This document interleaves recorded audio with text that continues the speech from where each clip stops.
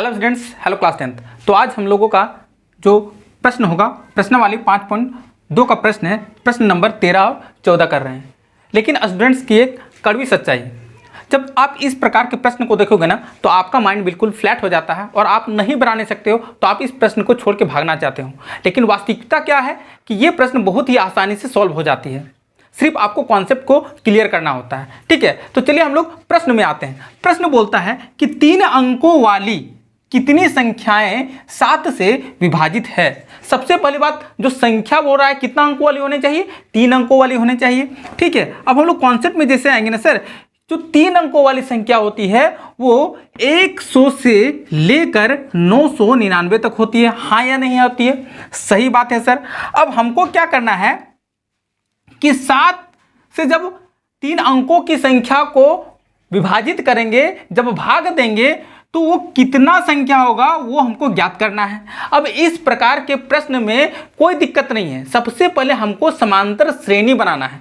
क्या बनाना है? समांतर श्रेणी बनाना है। समांतर श्रेणी जब बनाएंगे, एपी जब हम खड़ा करेंगे, क्रिएट करेंगे, तब मेरा किस तरह से बनेगा? सबसे पहले 7 से, है ना, कौन सा 3 अंक वाली जो संख्या है वो विभाजित होगा, पहला संख्या हमको लिखना है कि नहीं? तो वो सर मेरा पहला संख्या 105 होगा, है कि नहीं? चलिए 7 से इसको भाग देके देखते हैं। 105 को भाग देंगे तो 7 इकाई हो जाएगा 7, यहाँ बच जाएगा 3, 5, 7 पचे 35, यानी कि ये जो मेरा 105 होगा वो 7 से पूरा कट जा रहा है। अब इसको हम लोग समांतर श्रेणी बना देंगे, यानी कि इसका जो दूसरा संख्या होगा सर, जैसे ही इसमें 7 प्लस कर देंगे हो जाएगा 112, फिर इसमें 7 प्लस कर देंगे तो मेरा हो जाएगा 119, और उसके बाद हमको अंतिम संख्या प्राप्त कर लेना है, अंतिम संख्या निकाल लेना है। और जो मेरा अंतिम संख्या होगा ना वो मेरा 994 होता है। ठीक है, अंतिम संख्या कितना होता है? 994 होता है। अब ये मेरा एक एपी बन गया, और जैसे ही एपी बन गया, कहने का मतलब इसका जो कहानी है, इसका जो फिल्म है, द एंड हो गया। ये मेरा मुट्ठी में है, ये क्वेश्चन अब मेरा मुट्ठी में हो गया। बताओ सर कैसे? ए बराबर हम जानते हैं सर, जो मेरा प्रथम पद होता है वो 105 है सर। हाँ या नहीं? बिल्कुल हाँ है सर। और डी, यानी कि जो मेरा सार्व अंतर, इस समांतर श्रेणी में सार्व अंतर क्या जा रहा है? तो सर 7 का बात कर रहे थे, तो 7 का सार्व अंतर जा रहा है। और मेरा ए nth टर्म बराबर क्या होता है? ये जो लास्ट संख्या होता है ना, वो मेरा nth टर्म होता है, यानी कि 994 मेरा nth टर्म है। कंडीशन, अब देखो क्वेश्चन में जैसे आएंगे, कभी भी क्वेश्चन में कितना रह जाएगा, कितना संख्या, ये पूछ दिया, समझ लो कि हमको सर एंड फाइंड आउट करना है। एन क्या फाइंड आउट करना है? एन फाइंड आउट करना है। अब मेरा जो सूत्र बोलता है nth टर्म बराबर, हम लोग क्या जानते हैं सर? हम लोग जानते हैं ना, a प्लस n माइनस 1 और d होता है सर। अब सारा चीज मेरे पास है, a मेरे पास है कि नहीं है, यानी कि 105 a की जगह लिख दो, प्लस साइन है, प्लस, आपको कहीं भी कोई हेजिटेशन नहीं होगा। n को हमको सर खोजना है तो n लिख दो, -1, और d जो मेरा है वो सर 7 है, और nth भी है ना सर, वो भी मेरे पास है, यानी कि 994 मेरा nth होगा। यहां तक क्लियर है? अब हम देखेंगे कि ये जो 105 है, सबसे पहले हमको माइनस कर लेना है, ठीक है ना, यानी कि 994 माइनस 105 इज इक्वल टू हो जाएगा n-1 7। इसको जब माइनस करेंगे ना तो मेरा आंसर क्या निकल के आएगा? यानी कि यहाँ पे कैरी लेंगे, 14 में 5 जाएगा, 9 बच जाएगा, यहाँ बच जाएगा 8, और 9 में 1 जाएगा, बच जाएगा 8, ये मेरा बच जाएगा, और हो जाएगा n-1 और हो जाएगा 7। यहाँ तक क्लियर है? अब यहाँ देखो तो ये जो 7 है ना, ये मल्टीप्लाई के साइन में है, जैसे समीकरण के बाईं ओर हो जाएगा, अपना साइन चेंज करेगा, हो जाएगा डिवाइड। क्या हो जाएगा? डिवाइड, और यहाँ पे डिवाइड में आ जाएगा 7। यहाँ तक क्लियर है? इज इक्वल टू मेरा बच जाएगा 9 माइनस 1, यहाँ बच जाएगा, ये कैंसल आउट हो जाएगा सर। कितना बार में कैंसल आउट हो जाएगा? यहाँ देख तो डिवाइड करके देखते हैं, 8 8 9 है ना, 7 1 जा 7, यहाँ 1 बचेगा, 7 2 जा 14, और 7 7 जा 49, यानी कि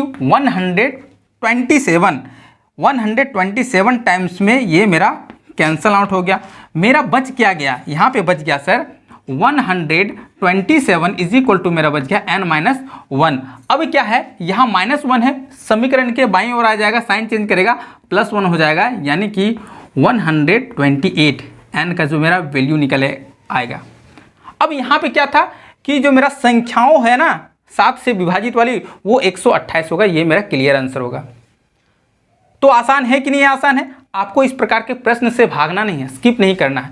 यदि अभी तक आप चैनल में बिल्कुल नहीं हैं तो चैनल को आप सब्सक्राइब कर लें और थोड़ा सा लाइक्स कर दो यार, ठीक है ना। चलिए हम लोग सेकंड क्वेश्चन में आते हैं। सेकंड क्वेश्चन मेरा क्या बोलता है?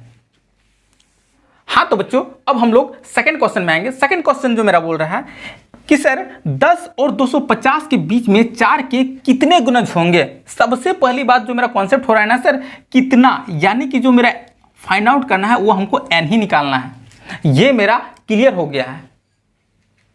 और अब हमको देखना है, जब हम लोग आंसर निकालते हैं तो हम लोग देखो ये और ये क्वेश्चन में कोई चीज नहीं है, यहां संख्या ऑलरेडी दे दिया है कि 10 और 250 के बीच में 4 के कितने गुणज होंगे। मतलब यहां से हमको एक समांतर श्रेणी बनाना है, एक एपी को क्रिएट करना है। यानी कि जब हम समांतर श्रेणी बनाएंगे तब मेरा क्या बन जाएगा कि सर जो 4 का जो पहला गुणज होगा ना उसको सबसे पहले लिख देना है, यानी कि सर 12 होगा पहला गुणज सर, 4 तिया 12। फिर दूसरा गुणज भी लिखना है 16। फिर तीसरा गुणज क्या हो जाएगा, जैसे इसमें 4 जोड़ेंगे हो जाएगा 20। कितना हो जाएगा, 20 हो जाएगा, ठीक है ना। अब यहाँ पे dots dots dash dash dash dash और हमको लास्ट संख्या को प्राप्त करना है जो 4 का गुणज होगा।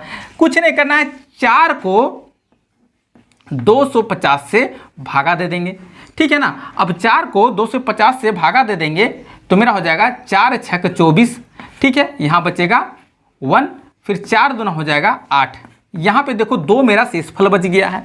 जैसे ही जो मेरा शेषफल बचेगा 250 से आपको कर देना है माइनस, यानी कि जैसे ही माइनस करेंगे तो मेरा हो जाएगा सर 248 और वही मेरा लास्ट संख्या होगा जो 4 का गुणज होगा। यहाँ तक क्लियर है। अब आपके लिए ये क्वेश्चन बहुत ही आसान हो गया होगा क्योंकि एन फाइंड आउट करना है।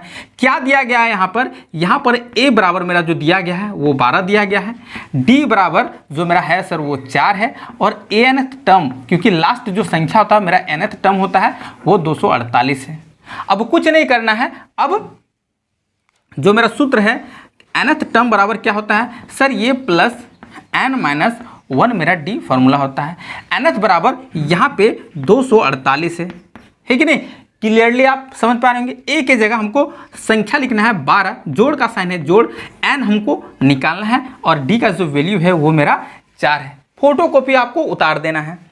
अब सबसे पहले ये संख्या को हमको इधर लाना है, जैसे ही इधर आएगा वो हो जाएगा माइनस। क्या हो जाएगा माइनस, यानी कि 248 में आपको 12 माइनस कर देना है तो आपको 236 बच के आएगा। कितना बच के आएगा, 236 मेरा बच जाएगा और हो जाएगा n-1 और हो जाएगा 4। यहाँ तक क्लियर है। अब हमको ये जो 4 है ये मल्टीप्लाई का फॉर्म में है, ये मेरा डिवीजन का फॉर्म में आएगा सर, ठीक है ना। यानी कि 236 डिवाइडेड बाय हो जाएगा 4 और मेरा बच जाएगा n-1। ये 4 बार में पूरा कट जाएगा, ठीक है ना।